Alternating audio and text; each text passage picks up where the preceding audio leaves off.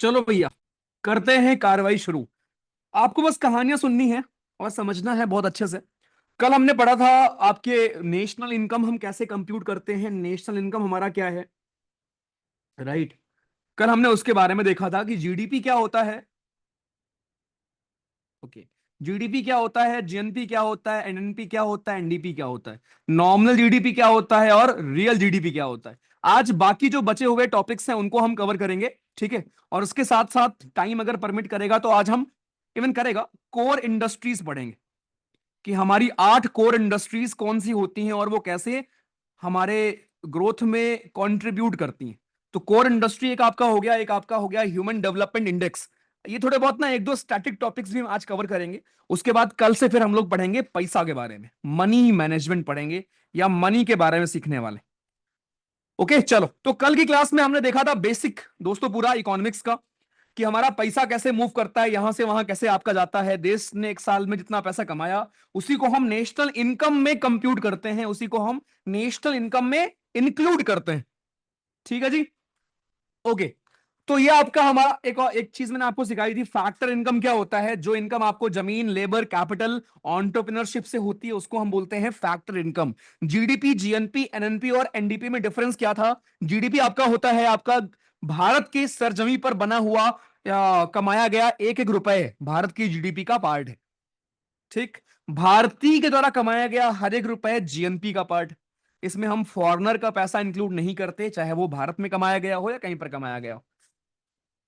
Similarly similarly GDP में हम दोस्तों बाहर जो पैसे कमाए गए हैं चाहे वो भारतीय ही क्यों ना कमाए हो उसको भी हम कैलकुलेट नहीं करते। ये चीजें आपने सीख ली थी। फिर आपसे अच्छा, मैंने आज आपको सुबह एक क्वेश्चन शेयर किया था। उस क्वेश्चन तुम गलत कैसे कर सकते हो बे। पहले बात, क्वेश्चन क्या था पहले मैं रिपीट कर दूं उस क्वेश्चन को आपके लिए, राइट। और एक और चीज, आपके मेंटर्स अभी हर दिन कुछ ना कुछ आपको भेजते रहते हैं ग्रुप में, तो कृपया टेलीग्राम ग्रुप का नोटिफिकेशन ऑन कर लो। जब चैट ऑन रहा करे उस टाइम पर ऑफ कर लो, कोई दिक्कत नहीं है। जितने भी इंपॉर्टेंट मैसेज हैं सब कुछ पिन होता है, ठीक है। तो ग्रुप में जितने भी आपके मेंटर्स, ठीक है, पोल डालते हैं, क्वेश्चंस डालते हैं, सबको केयरफुली पढ़ा करो, सॉल्व किया करो और जो गलत हुआ करे उसको नोट भी कर लिया करो, ठीक है। तो आपके हर्षित सर ने एक, बेसिकली जो आपके मेंटर हैं, ठीक है, उन्होंने आपको एक क्वेश्चन भेजा हुआ था। ग्रॉस डोमेस्टिक प्रोडक्ट को हम ग्रॉस कहते हैं क्यों, यह सवाल था। मेजॉरिटी लोगों ने टिक किया था क्योंकि जो अर्निंग होती है फॉरेन फैक्टर की उसको हम यहां पर इंक्लूड नहीं करते, उसको एक्सक्लूड करते हैं। सवाल ये नहीं था कि जीडीपी में या ग्रॉस में आप क्या ऐड करते हो क्या ऐड नहीं करते दोस्तों। This was not the question. ये तो मतलब वही बात हो गई कि मैं आपसे पूछूं कि भैया तुम्हारे कितने बच्चे हैं और आप मुझे जवाब दो कि सर मेरी 4 शादी हुई है, मेरी 4 बीवियां हैं। सच्चाई तो वो भी है ना कि आपकी 4 बीवियां हैं। बट मैं सवाल तो कुछ और पूछ रहा हूं ना। मेरा सवाल तो है कि ग्रॉस क्यों बोलते हैं वे, ये बताओ।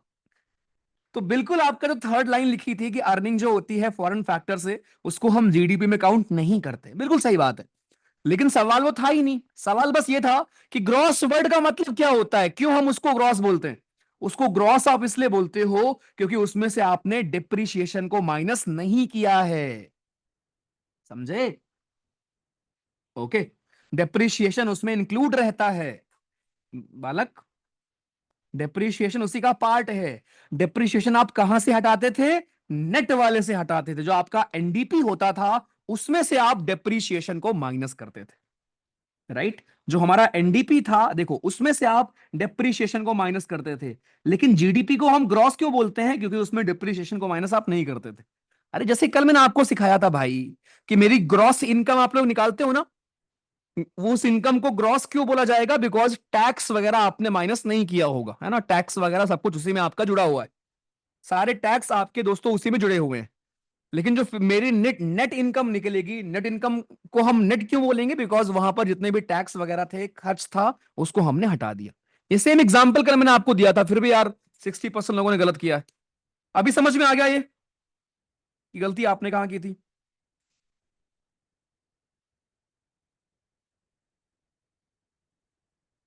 आपका सही था, ठीक है, जिसका गलत था मैं उसकी बात कर रहा हूं।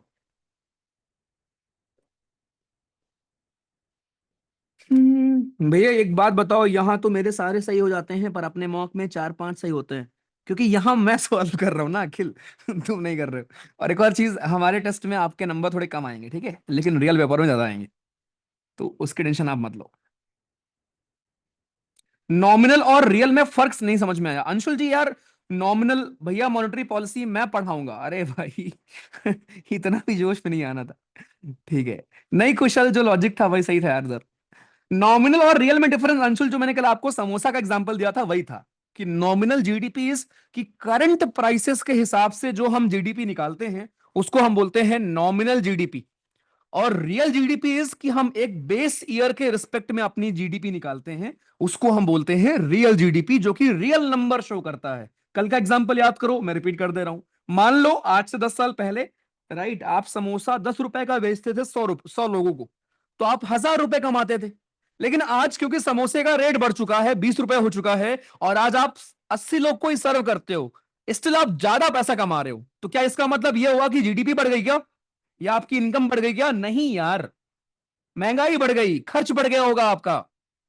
ओके, जो वैल्यू पहले 1000 रुपए की थी अब शायद 2000 रुपए की वैल्यू होगी। आपने नोटिस किया होगा कि एक जमाना था कि 500 रुपए में बहुत कुछ आता था, है ना? 500 रुपए मतलब बड़ा अमाउंट होता था यार एक टाइम पर। आज के दिन 500 रुपए में क्या होता है? मॉल चले जाओ, राइट, मॉल चले जाओ भैया, आपका बिल आ जाएगा, 2 लोग जाओगे, बिल आपका 1000 रुपए से कम नहीं आएगा, है ना? 700 800 रुपए से कम नहीं आएगा बिल आपका, 2 लोग खाना खा रहे हो तो 500 की तो कोई वैल्यू बची ही नहीं है, राइट। लेकिन बैच की फीस 4 साल पहले भी उतनी थी, 4 साल बाद आज भी उतनी है, समझे बालक? चलो, तो ये चीज ध्यान रखें दोस्तों, कि ये चीजें हमारी का होती।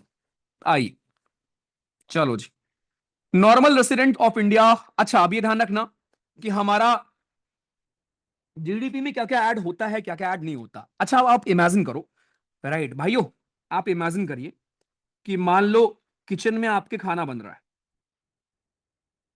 ठीक है, किचन में क्या बना? खीर बनी, मान लो दोस्तों, खीर बनी।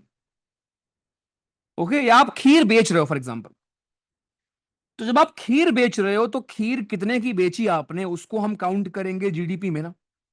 लेकिन खीर बनाने के लिए आप दूध खरीद कर लाए होंगे, चावल खरीद कर लाए होंगे, है ना?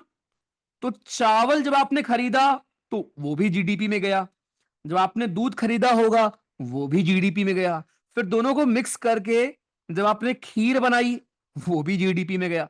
तो जीडीपी में ना एक दिक्कत ये होती है कि आप डबल काउंटिंग होने का डर होता है ना? जैसे मान लो आप मैगी बना रहे हो, है ना? तो मैगी बनाने के लिए आप शायद खरीद कर लेके आओगे, प्याज खरीद कर ले आए, टमाटर खरीद कर ले आए, है ना? ऑयल खरीद कर ले आए, और मैगी खरीद कर ले आए। ये मैगी आप बेच रहे हो, है ना, मैगी। तो कहने का मतलब दो दो बार काउंट हो जाएगा ना, कि मैगी के भी आपने 30 रुपए जोड़ लिए, पहाड़ी मैगी नाम देकर 100 रुपए ले लिए आपने है ना? 100 रुपए की मैगी बेच दी। अब जो उस मैगी को बनाने में आपने टमाटर खरीदा होगा, प्याज खरीदा होगा, वहां भी कुछ पैसे लगे होंगे, तो डबल डबल काउंटिंग हो गया ना। तो इसलिए हम जीडीपी में क्या करते हैं, जो आपके इंटरमीडिएट गुड होते हैं, इनको हम बोलते हैं इंटरमीडिएट गुड। जैसे मान लो आपका गेहूं है, तो गेहूं से क्या बनेगा? आटा बनेगा ना। तो अब आप गेहूं आपने बेचा है, उसको भी हम जीडीपी में काउंट कर लेंगे क्या? और जब आपका आटा होगा उसको भी काउंट कर लेंगे क्या? उससे रोटी बनाओगे उसको भी काउंट कर लेंगे क्या? तो ध्यान रखना, हमेशा हम लोग इंड प्रोडक्ट को काउंट करते हैं जीडीपी में, इंटरमीडिएट वाले को काउंट नहीं करते, वरना डबल काउंटिंग का रिस्क होता है। ठीक है, डबल डबल काउंट आप कर सकते हो उस चीज का दोस्तों, रिस्क होता है हमेशा, ध्यान रखिए। तो यहां पर वही बातें आपकी लिखी गई हैं, ठीक है। अब मैं आपको सिखाने जा रहा हूं यहां पर कि दोस्तों नेशनल इनकम और पर्सनल इनकम में क्या रिलेशन होता है। ध्यान से सुनना, right. What is the relation between national income and personal income? आइए, पहली बात तो नेशनल इनकम होती क्या है। कल मैंने आपको तरीके सिखाए कैसे हम कंप्यूट करते हैं नेशनल इनकम। आज मैं उसका एक फॉर्मूला आपको दे रहा हूं जिसके ऊपर सवाल 56 बार आ चुका है। So what exactly is national income भैया? नेशनल इनकम का मतलब क्या होता है, समझो। तो नेशनल इनकम का बड़ा सिंपल साधारण मतलब होता है कि टोटल इनकम किसी एक देश के जो निवासी हैं, total income earned by, total income earned by residents of a country, residents of a country. ठीक है, टोटल इनकम जो किसी भी देश के निवासी होते हैं उनके द्वारा कमाया गया है पूरे एक साल में, इन अ ईयर। राइट, अच्छा वो कमाए कैसे होंगे पता है आपको? कैसे कमाए होंगे? अरे भाई फैक्टर इनकम। कोई भी पैसा कमाएगा कैसे कमाएगा? कोई भी अगर पैसा कमाया होगा, या तो उसने पैसा कमाया होगा जमीन की हेल्प से, है ना, या पैसा कमाया होगा किसकी हेल्प से? कैपिटल की हेल्प से, या ऑन्टरप्रेन्योरशिप की हेल्प से। कल तो आपने पढ़ा था, इन सबको हम क्या बोलते हैं? इन सबको हम फैक्टर इनकम बोलते हैं। तो फैक्टर इनकम की हेल्प से एक देश के निवासी पूरे देश में जो पैसा कमाते हैं उसी को हम कंबाइन करके बोलते हैं नेशनल इनकम। अब कल मैंने आपको सिखाया था कि जीडीपी एक तरीका होता है नेशनल इनकम निकालने का, जीएनपी भी होता है, एनएनपी भी होता है, एनडीपी भी होता है, लेकिन सबसे बेस्ट तरीका कौन सा होता है आपका? एनएनपी होता है। सबसे बेस्ट तरीका होता है एनएनपी, एट फैक्टर कॉस्ट। ये एग्जाम में पूछा गया है कि सबसे बेस्ट तरीका कौन सा है नेशनल इनकम निकालने का? वो है हमारा एनएनपी। क्यों? क्योंकि एनएनपी में दोस्तों आप जो भी खर्च वगैरह है उसको एक्सक्लूड कर देते हो। ठीक है, जो भी डिप्रिशिएशन है उसको निकाल चुके होते हो। तो एनएनपी इज द बेस्ट। और यहां पर जितने भारतीय जो बाहर भी रहते हैं उनकी भी इनकम हम कैलकुलेट करते हैं। जो पैसा वो वापस भेजेंगे उसको भी हम लोग काउंट करते हैं। तो सबसे अच्छा मेथड होता है कैलकुलेट करने का देश की इनकम, एनएनपी। लेकिन ऑब्वियसली जीडीपी भी हम यूज करते हैं, राइट, लेकिन एनएनपी को भी हम इस्तेमाल में लेके आते हैं। चलो जी, ओके। अब नेशनल इनकम से भैया जी पर्सनल इनकम में क्या रिलेशन हो सकता है, सोचो। तो मैं चाहूंगा कि आप इमेजिन करो एक कंपनी है, मतलब इकोनॉमिक्स पूरा इमेजिन करने वाला है, रियल लाइफ से सोचो क्या हो रहा है। अब यहां पर मैं आपको बताने वाला हूं कि पर्सनल इनकम और नेशनल इनकम में क्या रिलेशन होगा। इसका एक फॉर्मूला बनाते हैं, चलो। ठीक है दोस्तों, आप सोचो कि जो देश भर की इनकम है वो देश भर की इनकम कैसे बनी होगी? सभी इंडिविजुअल की इनकम को मिलाकर। ठीक है, तो पर्सनल इनकम और नेशनल इनकम में क्या रिलेशन होगा? पर्सनल इनकम और नेशनल इनकम में रिलेशन ये होगा कि किसी बंदे की पर्सनल इनकम नेशनल इनकम के बराबर ही तो होगी, राइट, माइनस वो पैसा जो उसको रिसीव नहीं हुआ है, minus income not received by individuals. जो पैसा उसको रिसीव नहीं हो रहा है उसको हम माइनस कर देंगे। अब कौन सा पैसा रिसीव नहीं होता मैं उस पर अभी आऊंगा। अरे आपके टैक्स वगैरह भाई, राइट, उस पर मैं आता हूं। साथ में कुछ आपके ऐसे भी पैसे होते हैं जो आप कमाते नहीं हो लेकिन आपको मिल जाते हैं, तो प्लस इनकम रिसीव्ड। इसके अलावा income received but not earned. Income received जो उसको पैसा मिला तो है लेकिन उसने कमाया नहीं है वो पैसा, वो उसकी सैलरी का पार्ट नहीं था।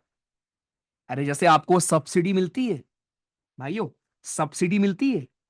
तो सब्सिडी हमारा क्या है? सब्सिडी एक प्रकार का दोस्तों आपको अन आपका हमारा वही तो है कि आपको पैसे मिल जा रहे हैं लेकिन आप उसको कमा थोड़े ना रहे हो, आप कमाते अपनी सैलरी हो ना। तो ये बेसिक सा आपका फॉर्मूला हमारा बन जाता है कि पर्सनल इनकम नेशनल इनकम के बराबर ही तो है, क्योंकि पर्सनल इनकम मिलके ही तो बनता है नेशनल इनकम। लेकिन अगर मैं एक इंडिविजुअल की बात करूं तो उस इंडिविजुअल का रिलेशन क्या होगा कि आप नेशनल इनकम में से जो इनकम उसको नहीं मिल रही है, ऑब्वियसली पूरी नेशनल इनकम एक बंदे को थोड़ी ना मिलेगी तो जो इनकम उसको नहीं मिल रही है उसको माइनस कर दो, और साथ में जो इनकम उसको मिल तो रही है लेकिन वो उसको कमा नहीं रहा है बेसिकली, उसको जोड़ दो। ठीक है, अब यहां पर सवाल ये उठता है कि जरा ये बताओ कौन सी इनकम उसको रिसीव नहीं होती। चलो मैं यहां लिखता हूं, टैक्स, कॉर्पोरेट टैक्स, कोई भी टैक्स हो गया। ठीक, टैक्स तो कट जाता है ना, घर पे पूछना आप पापा मम्मी से, टीडीएस कटता है अगर कमाते होंगे तो, है ना, नॉर्मल टैक्स कटता है आपका। तो जो टैक्स होगा वो कट जाएगा, आपको नहीं मिलेगा। इसके अलावा कंपनीज का कुछ अनडिस्ट्रीब्यूटेड प्रॉफिट होता है, अनडिस्ट्रीब्यूटेड प्रॉफिट्स। इसका मतलब क्या हुआ? इसका मतलब ये हुआ कि देश की इनकम में, तो जैसे मान लो सीडीएस जर्नी कंपनी है, ठीक है, अब सीडीएस जर्नी कंपनी को फॉर एग्जांपल मान लेते हैं 1,000 करोड़ का फायदा हो गया, चलो, अब उस 1,000 करोड़ का फायदा का मतलब ये हुआ कि 1,000 करोड़ देश की इनकम हो गई, लेकिन मैंने उस 1,000 करोड़ को अपने पास रख लिया, अपने एम्प्लॉयज में नहीं बांटा, तो मेरे एम्प्लॉय की पर्सनल इनकम में वो चीज काउंट नहीं होगी ना। तो जो अनडिस्ट्रीब्यूटेड प्रॉफिट होता है कंपनीज का, उसको हम सब्ट्रैक्ट कर देते हैं पर्सनल इनकम से। इसके अलावा बहुत सारे आपके सोशल सिक्योरिटी कॉन्ट्रीब्यूशंस भी होते हैं, पीपीएफ वगैरह कटता है, सुना होगा आपने, जो कि आपको बाद में मिलता है आफ्टर रिटायरमेंट वगैरह, उसको बोलते हैं सोशल सिक्योरिटी कॉन्ट्रीब्यूशंस। ठीक है। तो दोस्तों ये हमारे टैक्सेस हो गए, आपके वो प्रॉफिट्स जो आपको उन कंपनी ने नहीं दिया, इसके अलावा आपके सोशल सिक्योरिटी कॉन्ट्रीब्यूशंस, ये सारे इनकम्स आपको रिसीव नहीं होते, कट जाते हैं, आपको मिलता ही नहीं। तो इनको हम माइनस कर देंगे नेशनल इनकम में से। अब कौन सी वो इनकम है जो आप अर्न नहीं करते लेकिन आपको मिल जाती है, उनको दोस्तों हम बोलते हैं ट्रांसफर पेमेंट। ऐसी इनकम को वी कॉल ट्रांसफर पेमेंट। कैसी इनकम को? जो इनकम आप कमाते नहीं हो, बस आपके अकाउंट में आ जाता है। जैसे दोस्तों पेंशन हो गई, पेंशन आप कमाते नहीं हो, वो पेंशन आती है। स्कॉलरशिप हो गई, कॉलेज में स्कूल में स्कॉलरशिप मिलती हैं। बेरोजगारी भत्ता हो गया, लो अनएम्प्लॉयमेंट अलावेंसेस, है ना। बहुत सारे आजकल तो भाई सरकारें फ्री में बांट रही हैं, ले लो ले लो ले लो ले लो, है ना। आपने देखा होगा सरकारें तो फ्री में बांट रही हैं भाई, और इसका इतना नेगेटिव इंपैक्ट है ना, मतलब मैं आपको क्या बताऊं। राइट, हर चीज अगर फ्री फ्री फ्री होता रहेगा ना, राइट, हर चीज अगर फ्री फ्री फ्री फ्री रहेगा, तो फिर वो क्वालिटी मेंटेन नहीं हो पाएगी ना, समझे। और स्पेशली सरकार के लेवल पर आप देखोगे, जैसे सरकार क्या कर रही है, कितने कितने करोड़ लोगों को, 70 80 90 करोड़ लोगों को फ्री राशन प्रोवाइड कर रही है। मतलब किसी भी इकोनॉमी में अगर इतने लोगों को हम फ्री राशन प्रोवाइड कर रहे हैं, तो आप लेवल सोच लो क्या लेवल है इकोनॉमी का। लेकिन इस पे कोई बात नहीं करता। ठीक है। तो पेंशन हो गया, स्कॉलरशिप हो गया, अनएम्प्लॉयमेंट भत्ता हो गया, ये सारे आपके वो इनकम होते हैं जो आप कमाते ही नहीं हो लेकिन आपको मिल जाता है। बोलो हाँ भैया। राइट। ओके। बस बन गया हमारा फॉर्मूला। तो अगर मैं फॉर्मूला बनाऊं दोस्तों, तो हमारा फॉर्मूला कुछ इस प्रकार का बनेगा। यहां पर मैं लिख रहा हूं, कौन सा पेन यूज करूं भाई। चलो, कि आपका दोस्तों personal income is equals to national income minus corporate tax minus undistributed profits minus social security contributions, साथ में जो आपको ट्रांसफर पेमेंट्स मिल रहे हैं वो ऐड कर लो। खत्म। ये आपका बन जाता है हमारा पर्सनल इनकम और नेशनल इनकम के बीच में रिलेशन, जो एज इट इज एग्जाम में पूछा भी गया है। मैं रिपीट कर रहा हूं और फिर आप बताना कितना आसान लगा दोस्तों। तो पूरे देश की जो इनकम होगी वो कैसे बनती है, लोगों की पर्सनल इनकम्स को जोड़ जोड़ कर बनती है। ठीक है जी। तो अगर एक रिलेशन हमें स्टैब्लिश करना हो देश की इनकम और पर्सनल इनकम में, तो वो रिलेशन क्या होगा कि देश की इनकम और पर्सनल इनकम बराबर है अगर आप नेशनल इनकम में से वो सारे पैसे हटा दो जो बंदे को नहीं मिलते, टैक्स नहीं मिलता, जो कंपनी का अनडिस्ट्रीब्यूटेड प्रॉफिट है वो नहीं मिलता, उसके जो आपके पीपीएफ वगैरह कट जाते हैं वो नहीं मिलता उसको, लेकिन उन पैसों को ऐड करो जो वो कमाता नहीं है लेकिन उसको बाय डिफॉल्ट मिल जाता है। कुछ लोगों को पेंशन मिलती है, कुछ लोगों को स्कॉलरशिप मिलती है, कुछ को अनएम्प्लॉयमेंट अलाउंस मिलती है ना, कुछ लोगों को कुछ और मिलता है। Then we come to this formula. Right. अब एक और चीज, बहुत लोग कभी कभी कंफ्यूज हो जाते हैं भैया, कि यार ये बताओ भैया, पर्सनल इनकम और प्राइवेट इनकम में कोई रिलेशन होता है क्या? बिल्कुल होता है। पर्सनल इनकम और प्राइवेट इनकम में, ध्यान रखना, प्राइवेट सेक्टर जो आपका होता है उससे जो कमाई होती है उसको हम बोलते हैं प्राइवेट इनकम। समझे? ऑलमोस्ट सेम सेम होते हैं लेकिन थोड़ा डिफरेंस है, कि पर्सनल इनकम आपके केवल इंडिविजुअल का हो सकता है, राइट, या किसी घर का हो सकता है, लेकिन प्राइवेट इनकम में किसी प्राइवेट फर्म की भी आप बात कर रहे होते हैं, किसी कंपनी की बात कर रहे होते हैं, कि उस कंपनी की इनकम को भी हम बोलेंगे प्राइवेट इनकम। ठीक है। तो जो प्राइवेट सेक्टर अर्न करता है उसको हम बोलते हैं प्राइवेट इनकम, और जो पर्सन अर्न करता है उसको बोलते हैं उसकी पर्सनल इनकम। ठीक है। बस अब इसके ऊपर मैं आपको दिखा देता हूं क्वेश्चन। रटना नहीं पड़ेगा, पॉइंट ये था मेरा कि आपको समझ में आ जाएगा सारी चीजें। ये एज इट इज सवाल रखा है, कुछ और करना नहीं था इसमें, एकदम एज इट इज सवाल रखा है। National income accounts personal income is defined as national income minus ये प्लस ट्रांसफर पेमेंट, ये ये ट्रांसफर पेमेंट खाली, पूरा अनडिस्ट्रिब्यूटेड प्रॉफिट माइनस। कितना आसान लल्लू प्रोमैक्स सवाल है, अब तो कर लोगे तुम। ठीक है, आओ एक सवाल और आया था, ये कल हमने कर ही लिया था। एक सवाल दोस्तों हमारा और आया था, हाँ ये रहा। अच्छा नहीं, ये तो पर्सनल डिस्पोजेबल इनकम है ना। वही वही है आपका पर्सनल डिस्पोजेबल इनकम। क्या होता है? पर्सनल इनकम में से टैक्स घटा दो, वही हमारा होता है पर्सनल डिस्पोजेबल इनकम। ये मैंने कल आपको बताया था। ये देखो सवाल, चलो बताओ।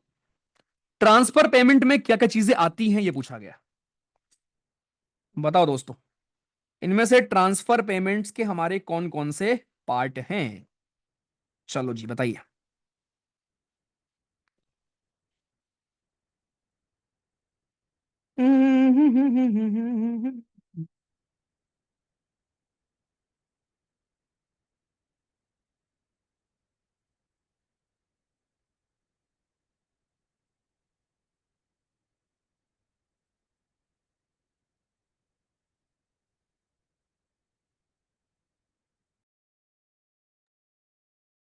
ध्यान से करोगे, बहुत आराम से कर लोगे।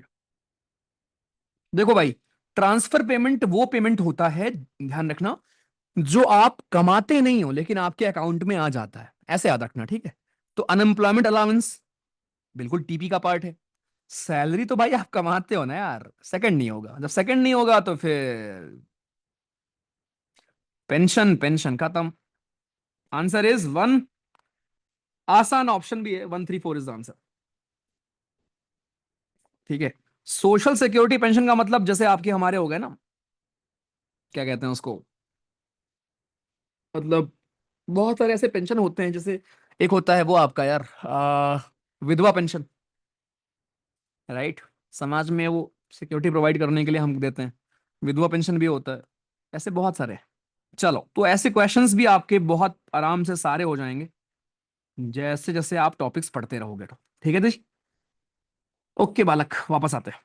चलो, तो ये तो दोस्तों हमारा कि क्या होता है आपका पर्सनल इनकम और नेशनल इनकम में रिलेशन। ठीक है जी। तो पूरा ध्यान रखना, पर्सनल इनकम और नेशनल इनकम क्या है, साथ में ट्रांसफर पेमेंट क्या है, एक बार रीड कर लो। It refers to payment made by the government to individuals for which there is no economic activity, मतलब बिना कुछ किए आपको ये पैसे मिल जाते हैं। ओल्ड एज पेंशन हो गया, या आजकल तो फ्री राशन हो गया, ये सब भी आपका इसी में आएगा। स्कॉलरशिप्स हमारे हो गए, सब्सिडीज वगैरह हो गए आपके हमारे। ठीक है, ध्यान रखना।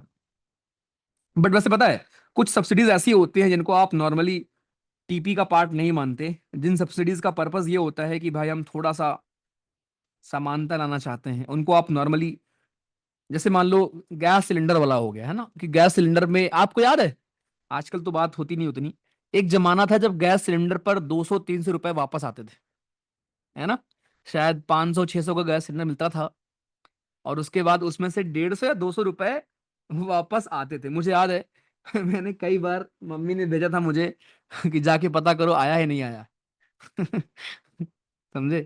तो वो 150 रुपये 200 रुपए यार आते थे गैस सिलेंडर के वापस, सब्सिडी। समझे। चलो ठीक। अभी हमने पढ़ लिया जीडीपी क्या है दोस्तों, क्या होता है आपका, क्या क्या इंक्लूड है देख लो।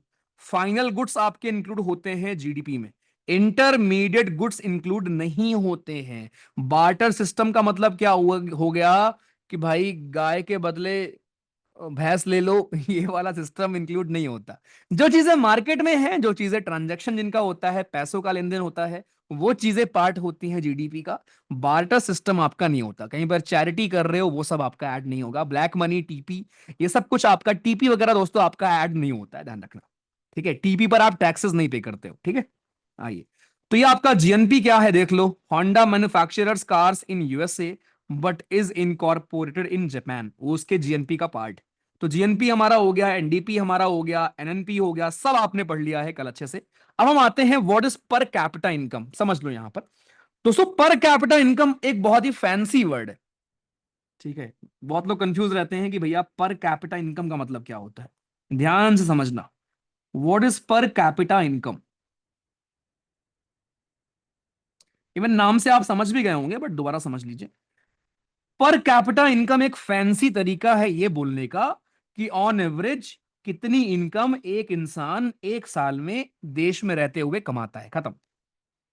तो per capita income is equals to national income divide by, जो देश की इनकम है दोस्तों, जब उसको हम डिवाइड कर देते हैं पॉपुलेशन से, देश की पॉपुलेशन से, उसी को हम बोलते हैं पर कैपिटा इनकम, खत्म। समझे। और देश की इनकम नॉर्मली आप एनएनपी की निकालते हो, तो एनएनपी को जब आप डिवाइड कर दोगे पॉपुलेशन से, उसी को हम बोल देंगे पर कैपिटा इनकम। जैसे मान लो भारत की नेशनल इनकम है 300 लाख करोड़, और भारत की पॉपुलेशन आप मान लो 140 करोड़, तो 300 लाख करोड़ अपॉन 140 करोड़ कितना आएगा? 140 दूनी 2 पॉइंट समथिंग आएगा, 2.1, 2.1 लाख पर पर्सन पर ईयर। ये क्या हो गई? ये आप, ये एग्जांपल दे रहा हूं, ये हो गई पर कैपिटा इनकम। तो पर कैपिटा इनकम का सिर्फ इतना मतलब होता है दोस्तों, पर कैपिटा इनकम का मतलब देश की इनकम को अगर आप पॉपुलेशन से डिवाइड कर देते हो, तो आप इंडिविजुअल की एवरेज इनकम निकाल लेते हो। अब भारत में कोई होगा जो 1 करोड़ कमाता होगा, कोई होगा जो कुछ नहीं कमाता होगा। तो ये ऐसा नहीं कि सबकी इनकम यही है, एवरेज इनकम है। एवरेज समझते होंगे ना आप, एवरेज का मतलब क्या होता है। तो ये 2.1 लाख पर ईयर पर पर्सन एक एवरेज इनकम है भारत की, अगर हम इस डेटा के हिसाब से जाएं तो पर कैपिटा इनकम हमारा ये काम करता है कि वो नेशनल इनकम को, राइट, लोगों में अगर हम ऐसे डिवाइड कर रहे हैं तो पर पर्सन कितना कमाई हो रही है वो आपका होता है। अब जितना हाई होगा पर कैपिटा इनकम, उतना ही अच्छा होगा, मतलब लोगों के पास पैसा बहुत ज्यादा है। जितना लो होगा उतना ही बेकार होगा, पैसा कम है लोगों के पास, राइट। चलो, ये था हमारा पर कैपिटा इनकम। आई, अब यहां पर वही लिखा हुआ है, देख लीजिए। अब ये पूरा एक बार क्विक ग्लांस कर लेते हैं। वैसे ये सुपर फ्लॉस लिखा हुआ है, ग्लांस का मतलब ये होता है क्विकली कोई चीज देखना। तो देख लो, जीएनपी क्या होता है आपका? GDP plus नफीफा। नफीफा क्या था? Net factor income from abroad. कल सिखाया था आपको कि भारत में जो पैसा आ रहा है माइनस जो भारत से पैसा जा रहा है, इसको हम क्या बोलते हैं? Net factor income from abroad. तो वही है आपका, ठीक है। एनडीपी क्या हो गया? जीडीपी माइनस ये आपका, देख लीजिए, net national product at factor cost, ये नेशनल इनकम निकालने का तरीका है। तो सब कुछ वही है जो मैं आपको अभी तक पढ़ा के आ रखा हूं। ओके, अब पर्सनल इनकम क्या होती है दोस्तों? पढ़ लिया हमने। Now what is disposable income? Disposable income क्या होती है दोस्तों? डिस्पोजेबल इनकम हमारी वो इनकम होती है जब आप टैक्सेस को रिमूव कर दो बेसिकली। पर्सनल इनकम तो आपकी हो गई, जो आपके पास पैसा आया, अब उसमें आप इनकम टैक्स पे करोगे, है ना, बहुत कुछ पे करते हो। जब उस टैक्स को आप रिमूव कर देंगे दोस्तों, देन जो इनकम बचती है उसको हम बोलते हैं डिस्पोजेबल इनकम। एक और टर्म क्लियर, इसके ऊपर भी सवाल आ रखा है, पता है। यहां से भी दोस्तों आपका सवाल पूछता है या सवाल आ रखा है, राइट। एक और चीज सीख लो, जीडीपी डिफ्लेक्टर क्या होता है? What is GDP deflector? तो ये आपका रिलेशन होता है या रेशियो होता है नॉमिनल जीडीपी और रियल जीडीपी के बीच में, खत्म। दिस इज हमारा जीडीपी डिफ्लेक्टर, जो आपका हमारा अ, बता रहा होता है कि यार नॉमिनल जीडीपी और रियल जीडीपी में क्या रिलेशन है, राइट। और ये आपका नॉर्मली दोस्तों एक प्राइस इन्फ्लेशन को भी मेजर करता है। भाइयों, आगे की क्लासेस में ना मैं आपको सिखाऊंगा डब्ल्यूपीआई क्या होता है, सीपीआई क्या होता है, हर एक चीज सीखोगे। लेकिन आपको समझ तभी आएगा जब एकदम आराम आराम सीखते चलोगे अभी से। तो डब्ल्यूपीआई क्या है, सीपीआई क्या है, आपको मैं सिखाऊंगा कैसे हम निकालते हैं। तो ये तरीके होते हैं महंगाई को मेजर करने के। तो जीडीपी डिफ्लेक्टर भी एक तरीका है हमारा to measure price inflation. Inflation को मेजर करने का, इन्फ्लेशन का मतलब होता है महंगाई या मुद्रास्फीति, उसको मेजर करने का एक तरीका हमारा होता है जीडीपी डिफ्लेक्टर। ठीक है जी, इस चीज को कृपया ध्यान में रखना। अब रियल क्या है, नॉमिनल क्या है, आपको पता है। Okay, clear. अब सोचो अगर जीडीपी डिफ्लेक्टर तुम्हारा ज्यादा हो, मतलब बहुत ज्यादा हो, इसका मतलब समझे, खुद सोचो। मतलब मैं चाहता हूं आप सोचो। अगर जीडीपी डिफ्लेक्टर का फॉर्मूला यह है कि नॉमिनल ऊपर होता है, रियल नीचे होता है। अब मैं आपसे बोल रहा हूं कि अगर आप सोचो जीडीपी डिफ्लेक्टर हमारा खूब आ गया, जीडीपी डिफ्लेक्टर की वैल्यू बहुत ज्यादा आ गई, इसका मतलब क्या होगा? इसका मतलब नॉमिनल जीडीपी बहुत ज्यादा है रियल जीडीपी से। और आपको पता है नॉमिनल जीडीपी क्यों ज्यादा हुई होगी? जरा बताओ मुझे भाइयों, नॉमिनल जीडीपी ज्यादा क्यों हो गई होगी? क्या रीजन हो सकता है?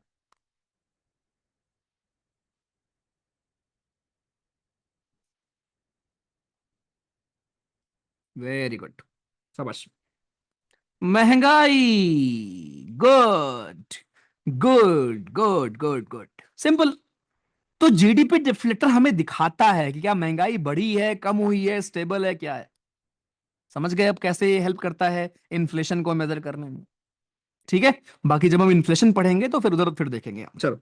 तो ये जीडीपी डिफ्लेक्टर भी ध्यान रखना, आपका ये फॉर्मूला पूछ लेता है एग्जामिनेशन में हमारे। बढ़िया से क्लियर, ओके। अब जो आपने अभी नेशनल इनकम निकाला था ना दोस्तों, उसको निकालने के हमारे तीन तरीके होते हैं। अब ये फैक्टर कॉस्ट क्या है, मार्केट प्राइस पे हम निकालते हैं चीजों को, ये सब आप पहले ही पढ़ चुके हो, कल हमने पढ़ लिया था। फैक्टर कॉस्ट का मतलब क्या होता है? मार्केट प्राइस जो आपकी करंट करंट प्राइस चल रही होती है उसका मतलब होता है, ठीक है। ओके, ये सब कुछ नहीं है, नॉट दैट इंपॉर्टेंट। अब आते हैं हम लोग मेन आपका हमारा कि हम मेजर कैसे करते हैं नेशनल इनकम को। तीन तरीके होते हैं मेजर करने के, राइट। जो भी आपने अभी जीडीपी एंड वो सब देखा था वो तो है ही है, बट उसके अलावा हम जब निकाल रहे होते हैं तो तीन स्टेज पर या तीन तरीकों से हम निकाल सकते हैं देश की इनकम। पहला होता है इनकम मेथड।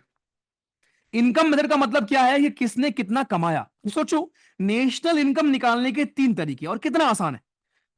एक मेथड आपका होता है इनकम मेथड। इनकम मेथड का मतलब यह होता है भाइयों कि कितना पैसा कमाया गया है देश के नागरिकों के द्वारा। और नागरिक पैसा कैसे कमाते हैं?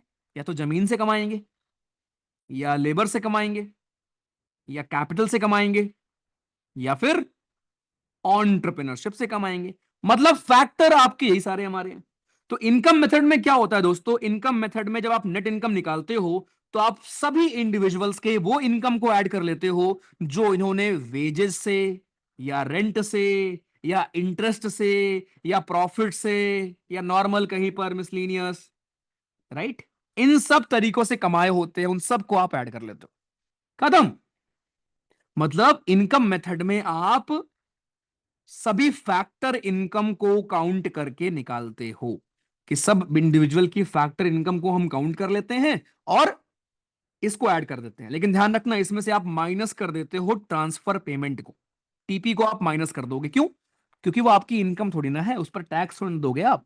वो तो गिफ्ट के फॉर्म में है आपके लिए, पेंशन हो गया, गिफ्ट हो गया, उसको आप दोस्तों यहां पर माइनस कर देते हो, खत्म। तीनों पढ़ लो, उसके बाद फिर मैं समराइज कर दूंगा। कुछ अलग नहीं है ये, घबराना मत, ठीक है। इकोनॉमिक्स में बहुत लोग कंफ्यूज होते हैं कि क्या अलग अलग चीजें हैं, सब सेम ही तो है। वो जीडीपी जीएनपी हमने क्या निकाला कि हम पैसा कैसे कैलकुलेट करते हैं, क्या होता है जीडीपी, क्या होता है जीएनपी। अभी मैं आपको तीन तरीके बता रहा हूं कि जीडीपी निकाल अगर रहे हो तो आप तीन तरीके से काउंट कर सकते हो उसको। एक हो गया इनकम मेथड कि लोगों की इनकम कितनी है। एक हो गया खर्च कि लोग खर्च कितना करते हैं। एक हो गया कि सामान जब बन रहा होता है तो कितना पैसा लगता है। तीन मेथड से आप काउंट कर सकते हो नेशनल इनकम। तो इनकम मेथड में जो भी आपके लैंड, लेबर, कैपिटल इनसे कमाई होती है लोगों की, उसको आप जोड़ लेते हो। ये आपका हो गया इनकम मेथड। इसका मतलब क्या था? वेजेस, ठीक है। आर का मतलब क्या था? रेंट। आई का मतलब क्या था? इंटरेस्ट। पी का मतलब क्या था? प्रॉफिट। और टीपी आप यहां से माइनस कर देते हो क्योंकि वो आपकी इनकम का पार्ट है नहीं।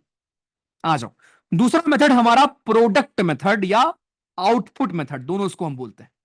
तो प्रोडक्ट मेथड में क्या होता है? आप अलग अलग सेक्टर को कैटेगराइज करते हो। एक आपका होता है प्राइमरी सेक्टर, सुना होगा आप लोगों ने।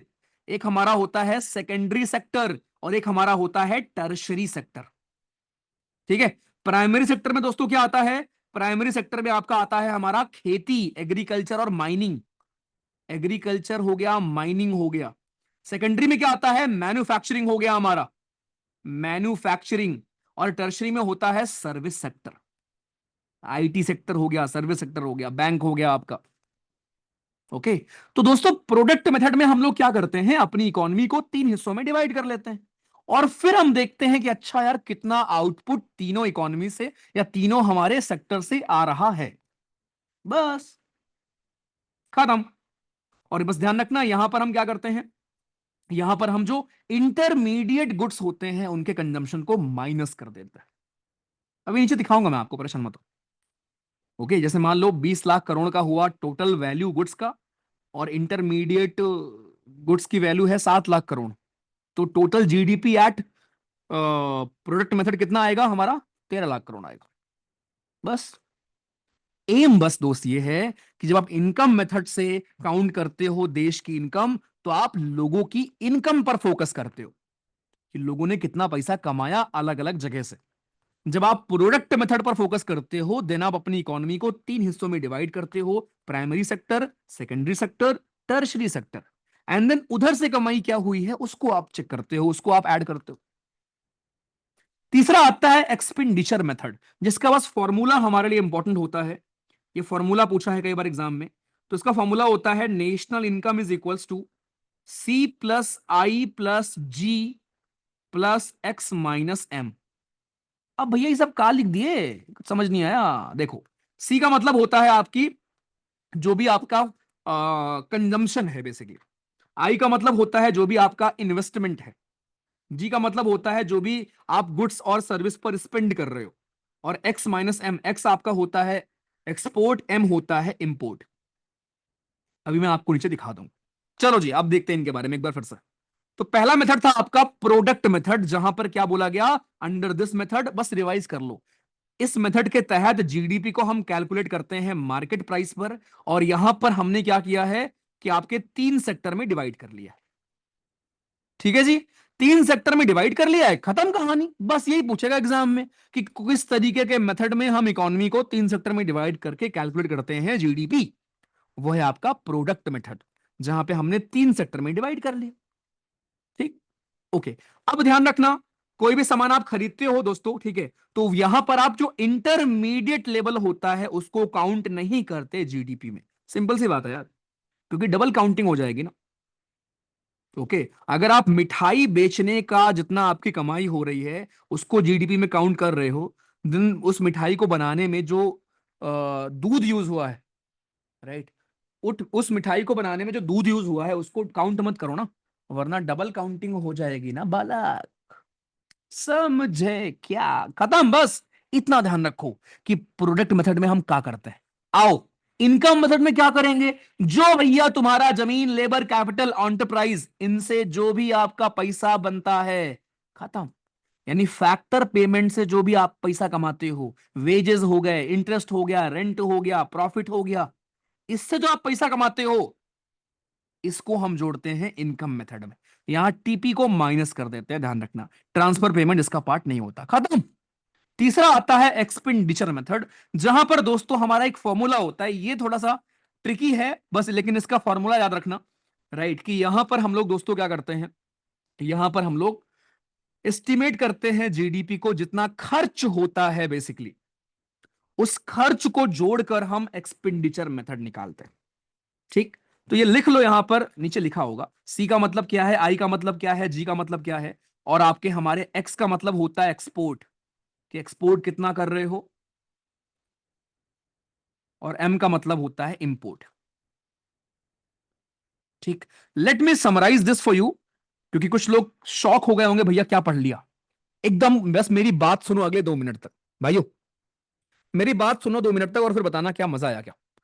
दोस्तों किसी भी देश की इनकम क्या होती है, अगर हम देखें कि उस देश में या उस देश के नागरिक कितना पैसा कमा रहे हैं, वही होती है उस देश की इनकम। ठीक है जी, जिसको हम जीडीपी बोलते हैं, राइट।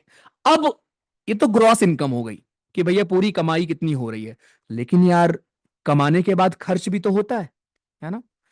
आप सैलरीज पे करोगे, आप टैक्सेस पे करते हो, राइट, डिप्रिशिएशन होता है, मशीनें खराब होती हैं, आप रिपेयर कराते होगे, गार्ड रखते होगे बाहर।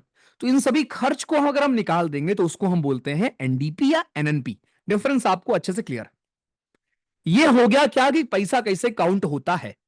अब मैं आपको यहां ये सिखा रहा हूं भाई, कि जो आप नेशनल इनकम निकालते हो उसको तीन तरीके से काउंट कर सकते हो। एक होता है लोगों की इनकम के लेवल पर, कि देश भर में जो लोग जितना पैसा कमा रहे हैं, जमीन से कमा रहे होंगे, बिजनेस करके कमा रहे होंगे, सैलरी के फॉर्म में कमा रहे होंगे, किसी भी फॉर्म में कमा रहे होंगे, उस सभी को जोड़ लो और वो आपका आ गया नेशनल इनकम। एक तरीका ये था। इस तरीके को हम बोलते हैं, इस तरीके से जब हम जीडीपी निकालते हैं तो इसको बोलते हैं इनकम मेथड। दूसरा था आपका प्रोडक्ट मेथड, जहां पर हमने सेक्टर्स में डिवाइड कर लिया अपनी इकोनॉमी को, और हमने देखा कि यार हर सेक्टर में कहां कहां कितना प्रोडक्शन हो रहा है और आपने उसको काउंट कर लिया। तो वो था प्रोडक्शन के लेवल पर। फिर एक तीसरा लेवल आता है खर्च के लेवल पर, कि लोग खर्च कहां कहां करते हैं, कितना एक्सपोर्ट करता है भारत, कितना इंपोर्ट करता है, उस सब को जोड़कर हम एक फॉर्मूला बनाते हैं जिससे हम कैलकुलेट करते हैं जीडीपी। तो देश की इनकम निकालने के तरीके में आपको यहां सिखाया हूं कि तीन लेवल पर हम लोग चाहे तो कंप्यूट कर सकते हैं, इनकम लेवल पर, प्रोडक्ट के लेवल पर, या खर्च के लेवल पर। यह चीज दोस्तों आपने यहां पर सीखी। इसके पहले जो आपने सीखा था जीडीपी जीएनपी, वो सब क्या होता है, वो आपने एक समझा था कि जीडीपी का मतलब क्या है, जीएनपी का मतलब क्या है, एनडीपी का मतलब क्या है, एनएनपी का मतलब क्या है। अभी मैं आपको सिखा रहा हूं कि जीडीपी जब आप कैलकुलेट करते हो तो ऐसे भी कर सकते हो, ऐसे भी कर सकते हो, ऐसे भी कर सकते हो। क्लियर जवानों? और फिर आपने देखा नेशनल इनकम और पर्सनल इनकम में रिलेशन। आदित्य जो बोल रहा हूं उस पर ध्यान दो, बेस छोड़ो तुम यार। भैया 500 की वैल्यू नहीं है तो मुझे गूगल पे कर दो। अबे लल्लू, मैं बता रहा था 500 रुपए में कुछ सामान नहीं मिलता। बड़े आए तुम। हम्म। भैया समझ आ रहा है, लेकिन डेफिनेशन भी लिख दिया करो नोट करने में। लिखता तो हो दोस्त भाई मेरे। ठीक है, ओपी हो गया। ओके। इस फॉर्मूले पे न्यूमेरिकल नहीं आएगा अक्षित, बस सीधे पूछ लेगा। अमर्त्य सेन क्या कहता था, कौन है वे? अब हम कहते हैं। इतना मारूंगा ना तुम लोग को। चुप रहो, एक क्लास करके तुम बन जाओगे मत सेन, बिल्कुल। सवाल तुम्हारा फिर भी नहीं हिलेगा अभी, ठीक है। एक और चीज, इस चक्कर में बिल्कुल मत रहना कि हाँ भैया 2 क्लास लगा लिया आपके अब सवाल सारे हो जाएंगे। नहीं, एक भी क्लास मिस नहीं करना पहली बात तो, और उसके बाद फिर मैं सवाल भी करना सिखाऊंगा आपको, वरना आप पागल हो जाओगे सोच सोच कर। ठीक है, चलो जी, ये आपका हो गया। बढ़िया से आपके सारे मेथड्स क्लियर हो गए। अब यहां देख लो क्या लिखा हुआ है नीचे। एक आपका ग्रॉस वैल्यू एडेड होता है जीवीए, और एक जीडीपी होता है, नॉट इंपॉर्टेंट, ठीक है। जीडीपी को ही हम प्रेफर करते हैं, उतना कुछ इंपॉर्टेंट नहीं है आपका, राइट। जीडीवी और जीडीपी, एक जीडीवी भी हमारा होता है भाइयों। अब जीडीवी क्या होता है, राइट, व्हाट इज जीडीवी? तो सॉरी, जीवीए क्या होता है आपका हमारा, जीवीए। तो जीवीए का मतलब दोस्तों क्या होता है, जीवीए आपका मतलब होता है ग्रॉस वैल्यू एडेड। ठीक है, तो यार ये वही सेम चीज है, कुछ ज्यादा डिफरेंस है नहीं यहां पर। जितने भी आपके प्रोडक्ट के लेवल पर होता है, राइट, उसको आप ऐड करते हो जीवी में, और जो फाइनल गुड के लेवल पर होता है उसको आप ऐड करते हो जीडीपी में। रीड कर लेना, कुछ है नहीं वैसे, आता नहीं यहां से कुछ, ठीक है। चलो, बेस ईयर आपको पता है, मैं आपको बढ़ा चुका हूं बेस ईयर। देखो जो आपका बेस ईयर है ना, फिक्स्ड ईयर है, फिक्स्ड ईयर पे हम निकालते हैं रियल जीडीपी, और जो करंट ईयर है उस पर निकालते हैं नॉमिनल। ध्यान रखना। आइए, ये देख लो, नॉमिनल जीडीपी क्या होता है, the value of goods and services produced in India at current year prices, उसको बोलते हैं नॉमिनल। रियल क्या होता है, किसी एक साल के कांस्टेंट प्राइस पर आप जो निकालते हो दोस्तों, उसको हम कहते हैं रियल जीडीपी। और रियल जीडीपी बेटर क्यों है, आपको बताने की जरूरत है नहीं, समोसा वाला एग्जांपल याद रखना हमेशा। आइए, जीडीपी डिफ्लेटर क्या है, पढ़ा दिया मैं आपको ऊपर। आइए, अब ये 4 गैप मैं आपको सिखाने वाला हूं, inflationary gap, recessionary gap, expansionary gap और रिसेशनरी फेज। ये क्या होते हैं, बहुत आसान है, लेकिन इसके ऊपर न्यूमेरिकल नीचे अभी मैं आपको दिखा दूंगा, सॉरी इसके ऊपर क्वेश्चन मैं आपको नीचे अभी दिखा दूंगा। तो भाइयों इमेजिन करो आप एग्जाम देने जा रहे हो सीडीएस का, मान लो सीडीएस का इंग्लिश का आप एग्जाम देने जा रहे हो, ध्यान सुनना बहुत आराम से। जवानों, सीडीएस का अंग्रेजी का परीक्षा आप देने गए हैं। अब आपकी लिमिट यह है कि सीडीएस के अंग्रेजी के पेपर में आप स्कोर कर सकते हैं कितने नंबर, 200 नंबर ला सकते हो ना। ये 200 नंबर आपकी मैक्सिमम लिमिट है, बोलो हाँ। तो ऐसे ही आपको नहीं लगता कि एक मैक्सिमम लिमिट होती होगी, कि कोई देश इतना ग्रो कर सकता है या कोई देश की जीडीपी इतनी हो सकती है। अब मान लो आप 200 ला सकते हो, लेकिन आप 120 पर ही रुक गए। ठीक है, इंग्लिश मत लिखो, सीरियस पूरा लिखो। मान लो सीडीएस का पेपर है 200 नंबर का, ठीक है, ओटीई का। 200 में दोस्तों आप मैक्सिमम 200 ला सकते हो, लेकिन हो सकता है आप 120 पर ही रुक जाओ। ठीक है, तो ये जो गैप है ना 80 नंबर का, इसको गैप बोलेंगे ना। अभी गैप कौन सा होगा, इन्फ्लेशनरी या रिसेशनरी? समझते हैं, आ जाओ देखो। तो इन्फ्लेशनरी गैप क्या होता है, बहुत ध्यान सुनना। इन्फ्लेशनरी गैप आपका ऐसा गैप होता है जो डिफरेंस बताता है करंट जीडीपी और जब एकदम बेस्ट आपकी इकोनॉमी चल रही होगी उस टाइम पर जो जीडीपी हो सकता है, उसके बीच में गैप बताता है इन्फ्लेशनरी गैप। मतलब आप सीडीएस के पेपर में 200 स्कोर कर सकते हो, लेकिन आप 100 ही स्कोर कर रहे हो। तो जो आपका ये 100 नंबर का गैप है, this is your inflationary gap. खत्म। रिसेशनरी गैप क्या होता है, इसी पर्टिकुलर फेनोमेना को हम बोलते हैं रिसेशनरी गैप, कि देयर इज अ गैप, उसको बोलेंगे रिसेशनरी गैप। समझ लो, रिसेशनरी गैप होता है दोस्तों एक गैप जब देश की रियल जीडीपी कम होती है एज कंपेयर टू उसके फुल पोटेंशियल से। इसी हम सिचुएशन को बोलते हैं रिसेशनरी गैप। एक बार और समझा रहा हूं, ध्यान सुनना। आप सीडीएस में 200 नंबर ला सकते हो, बिल्कुल सही बात है भैया, लेकिन आप लाते हो 110 नंबर। तो जो 90 है, 90, ये 90 है आपका इन्फ्लेशनरी गैप। लेकिन आप 200 नहीं पहुंच पाए, पहले ही रुक गए, 100 नंबर पर रुक गए, 150 नंबर पर रुक गए, राइट। तो जो आप अल्टीमेट रीच नहीं कर पाए, इस सिचुएशन को हम बोलते हैं रिसेशनरी गैप। खत्म। मतलब रिसेशनरी गैप होता है उस हालात, और कितना गैप है, ये होता है इन्फ्लेशनरी गैप। आइए, फिर एक हमारा होता है एक्सपेंशनरी फेज और रिसेशनरी फेज। ये तो आसान सा है कि जब आपकी दोस्तों हमारी जीडीपी राइट इंक्रीज कर जाए, मतलब जैसे आपके ना हमारे क्वार्टर होते हैं, समझे, क्वार्टर्स होते हैं, पीने वाला नहीं। आपकी इकोनॉमी में क्वार्टर होता है आपका। ठीक है, आपके लिए होमवर्क है, मुझे बताना क्वार्टर 3 महीने का होता है या 4 महीने का होता है। 3 महीने का होगा क्वार्टर या 4 महीने का होगा? तो दोस्तों आपके जीडीपी जब पिछले वाले क्वार्टर से इस वाले क्वार्टर में ग्रोथ हो जाए, उसको बोलेंगे एक्सपेंशनरी फेज। जब डिक्रीमेंट हो जाए, उसको बोलेंगे रिसेशनरी फेज का था। लास्ट क्वार्टर से इस क्वार्टर में अगर ग्रोथ हो रही है पॉजिटिव, उसको बोलेंगे एक्सपेंशनरी। अगर ग्रोथ नेगेटिव हो रही है, उसको बोलेंगे रिसेशनरी। खत्म। चार, अब इस चार के ऊपर सवाल आ रखा है। खत्म। अब ये सारे कर लेना, एक बार ट्राई करना, ना हो तो बताना मुझे, वैसे हो जाएगा।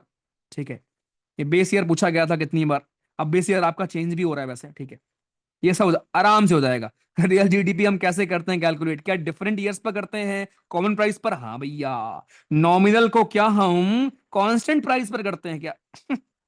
बता। अच्छा, नॉन करेक्ट पूछा है, ओहो हो, पढ़ना पढ़ना पढ़ना पढ़ना, ठीक है, पढ़ के करना इसको।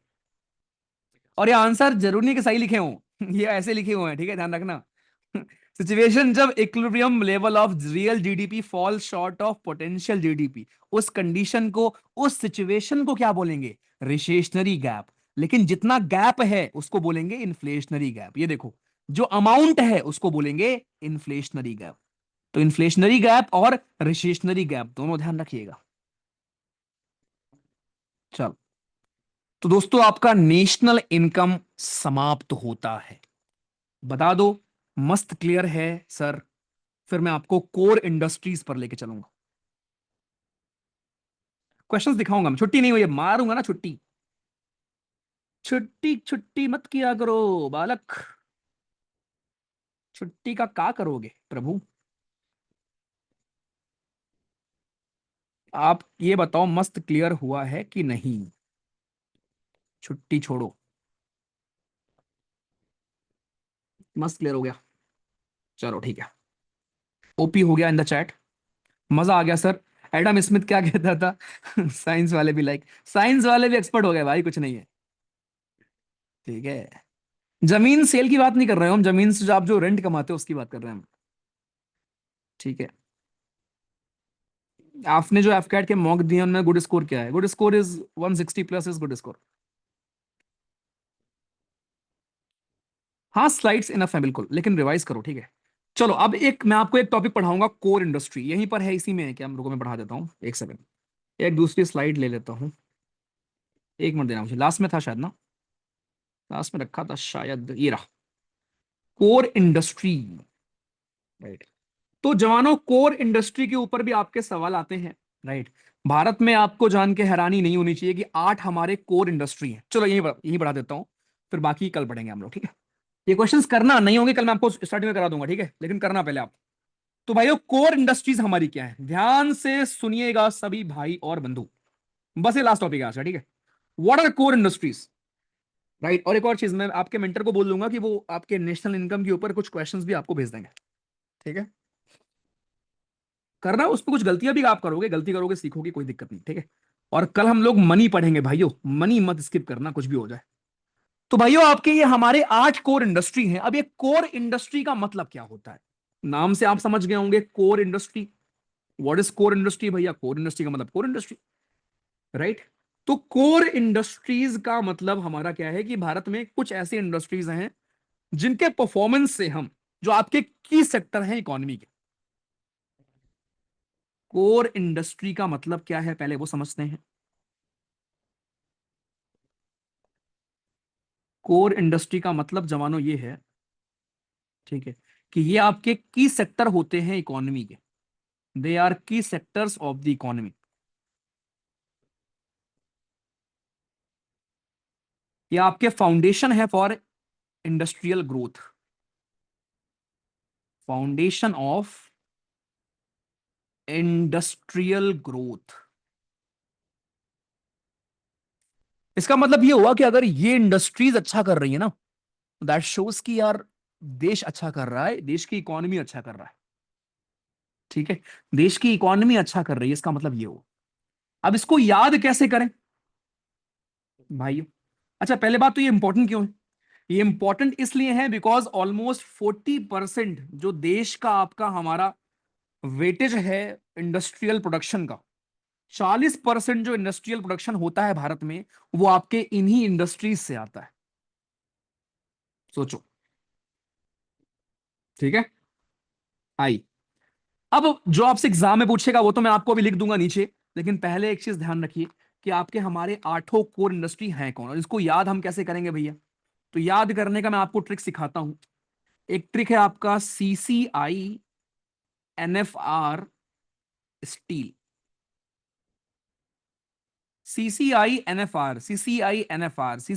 NFR खत्म, याद हो जाएगा। याद हो जाएगा ना, CCI NFR। एक सी का मतलब है पहले आपके हमारे क्या, सीमेंट। दूसरे सी का मतलब है कोयला, कोल। ठीक है जी, क्लियर, ओके। उसके बाद, हम्म, उसके बाद आई का मतलब, आई का मतलब कुछ नहीं। एन का मतलब national natural gas, natural gas. अरे आई का मतलब करंट, वो सॉरी, बिजली होता है ना। पढ़ा ना फिजिक्स में तुमने, फिजिक्स में आपने आई का मतलब बिजली नहीं पढ़ा है, इलेक्ट्रिसिटी आपका हो गया। आई मतलब करंट, मतलब बिजली, चार्जेस, ठीक है, ओके। एन हो गया हमारा नेचुरल गैस, ओके। एफ का मतलब है फर्टिलाइजर्स, फर्टिलाइजर्स, ठीक। आर का मतलब है रिफाइनरी प्रोडक्ट्स, और एस का मतलब है स्टील। तो सीमेंट, कोल, क्रूड ऑयल रह गया आपका एक, क्रूड ऑयल। सीमेंट, कोल, क्रूड ऑयल, नेचुरल गैस, बिजली, स्टील, रिफाइनरी प्रोडक्ट और फर्टिलाइजर, ये हैं दोस्तों आपके 8 इंडस्ट्री हमारे।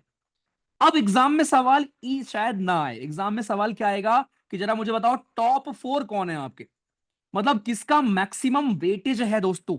तो वेटेज के हिसाब से अगर आपसे एग्जाम में पूछे कि आपके हमारे किसका वेटेज, ये क्या लिख दिया मैंने, वेटेज, अरे भाई, VEI, हाईएस्ट वेट, ठीक है। किसका आपका हमारा हाईएस्ट वेटेज है, अगर हम उस हिसाब से देखेंगे तो नंबर 1 पर आपका आएगा दोस्तों रिफाइनरी प्रोडक्ट। नंबर 1 पर आएगा रिफाइनरी प्रोडक्ट, जो कि लगभग नहीं तो आपका हमारा ऑलमोस्ट 28% के अप्रोक्सीमेटली, 28% हमारा रिफाइनरी प्रोडक्ट को जाता है आपका वेटेज आपके कोर इंडस्ट्रीज में। नंबर 2 पर आता है आपकी बिजली, इलेक्ट्रिसिटी। नंबर 3 पर आता है स्टील। और नंबर 4 पर दोस्तों आता है कोयला। याद रखिएगा, ये मैंने क्या बताया दोस्तों आपको, ये मैंने आपको बताया कि जो हमारी 8 कोर इंडस्ट्री हैं उसमें सबसे ज्यादा वेटेज किसको है, वो है आपकी रिफाइनरी प्रोडक्ट को। तो एग्जाम में सवाल क्या पूछेगा, पहला सवाल आपके एग्जाम के लिए, सीरियस एनडीए के लिए, कि कितनी कोर इंडस्ट्रीज हैं, जवाब 8। सवाल नंबर 2, हाईएस्ट वेटेज, जवाब रिफाइनरी प्रोडक्ट 28%। सवाल नंबर 3, लोवेस्ट वेटेज किसका है, लोवेस्ट वेटेज हमारा किसका है, जवाब फर्टिलाइजर। फर्टिलाइजर्स का वेटेज सबसे कम है। ठीक है। जवाब नंबर, क्वेश्चन नंबर 4, इसको पब्लिश कौन करता है, ये रिपोर्ट वगैरह कोर इंडस्ट्री के बारे में, तो ये पब्लिश होता है by ministry of commerce and industries. Ministry of commerce and industries. ठीक। और इसका बेस ईयर 11-12 ही है। यह आपका सवाल नंबर 5। बस, इसके अलावा कुछ और सवाल नहीं पूछेगा। इसके अलावा अगर सवाल पूछेगा तो वो पूछ सकता है कि करंट ईयर में क्या वैल्यू रही है, वो मैं आपको नीचे दिखा दे रहा हूं। तो ये दोस्तों आपका पूरा बेस हो गया आई। अब अगर आप देखो, ये देख लो भैया, 28%, 19%, 17.92%, राइट। अब ये लेटेस्ट डेटा है आपका 2024 के हिसाब से। बस इसमें एक चीज ध्यान रखना कि नेगेटिव ग्रोथ हुई है क्रूड ऑयल में भारत में और नेचुरल गैस में। नेचुरल गैस में तो बहुत टाइम से नेगेटिव ग्रोथ हो रही है। ठीक है। तो 2024 का डेटा ध्यान रखना कि बेस्ट ग्रोथ हुई है आपके सीमेंट में और नेगेटिव ग्रोथ हुई है क्रूड ऑयल और नेचुरल गैस में। और मैक्सिमम वेटेज है रिफाइनरी प्रोडक्ट को, लीस्ट वेटेज है फर्टिलाइजर को। ये सारे आपके पॉसिबल क्वेश्चंस। ऑल्सो एक सवाल ये पूछ सकता है कि कोर इंडस्ट्रीज में हमारे कौन कौन से आते हैं, बता दो वो। आ जाओ दिखाता हूं आपको मैं पीवाईक्यूज। पहला सवाल, as per use based classification of, ये तो आपके गुड्स के ऊपर सवाल है, चलो गुड्स बाद में बढ़ेंगे। पूछा गया है 8 कोर इंडस्ट्री में दोस्तों, सीएससी का सवाल है, 8 कोर इंडस्ट्री में इनमें से कौन नहीं है, आपके सिविल सर्विसेज का सवाल है। तो भैया माइनिंग, मेटलर्जिकल, ये सब नहीं है। आसान। आइए, growth in production of which of the following core industry, वो नेगेटिव रही है। अब ये 15-16 के बीच का सवाल है, लेकिन लकली उस टाइम पर भी नेचुरल गैस की ग्रोथ ही नेगेटिव रही थी, जैसे इस साल है आपका।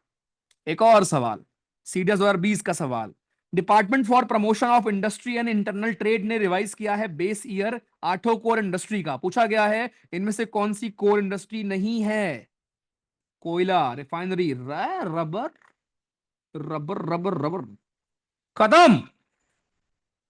एवरी पॉसिबल क्वेश्चन जो आपके कोर इंडस्ट्री से पूछे जा सकते थे, प्लस नेशनल इनकम, खत्म, समाप्ति। आ गया मजा।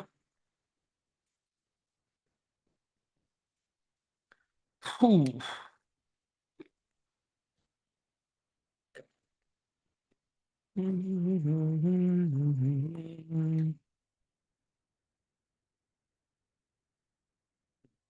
हाँ जी बताइए। इकोनॉमिक्स की डिजिटल नोट्स पढ़ा रहा हूं तुमको भाई, पढ़ने पे ध्यान दो बालक। रशिया से ऑयल लेना बंद कर देंगे, क्रूड ऑयल है, रशिया से ऑयल लेने के बाद, अरे हमारा यहाँ का प्रोडक्शन का है शाहरुख जी। रिफाइनरी प्रोडक्ट में क्या आता है यार, रिफाइनरी में आपका आ जाएगा हमारा पेट्रोल, डीजल, केरोसिन, एलपीजी, है ना, एविएशन, टरबाइन फ्यूल, राइट, बहुत सारे होते हैं, ल्यूब्रिकेंट्स, पेट्रोकेमिकल्स, बहुत सारी चीजें हैं भाई। मजा आ गया, मजा आ गया, मजा आ गया। नवरत्न कंपनीज तो आपकी वो कंपनीज होती हैं दो भाइयों, जो आपका मतलब टॉप कंपनीज हमारी होती हैं, है ना, उसका एक अलग वो होता है एलिजिबिलिटी क्राइटेरिया। एनडी के लिए सारा करें, अरे करण जोत बाकी पढ़ लिया है तो कर लो भाई, 2x पर देखना पड़ेगा, ओके जी।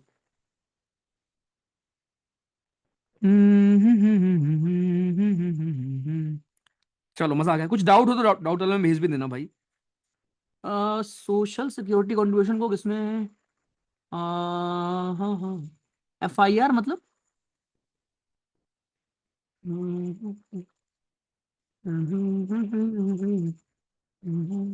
ये तो आपका टीपी है ना। भाई।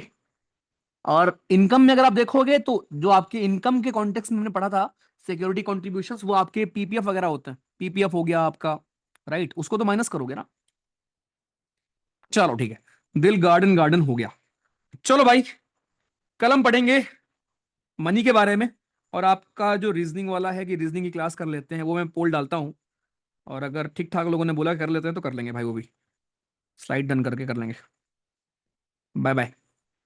All the best for Google form. ठीक है, डू वेल भाइयों। बाय। Good night.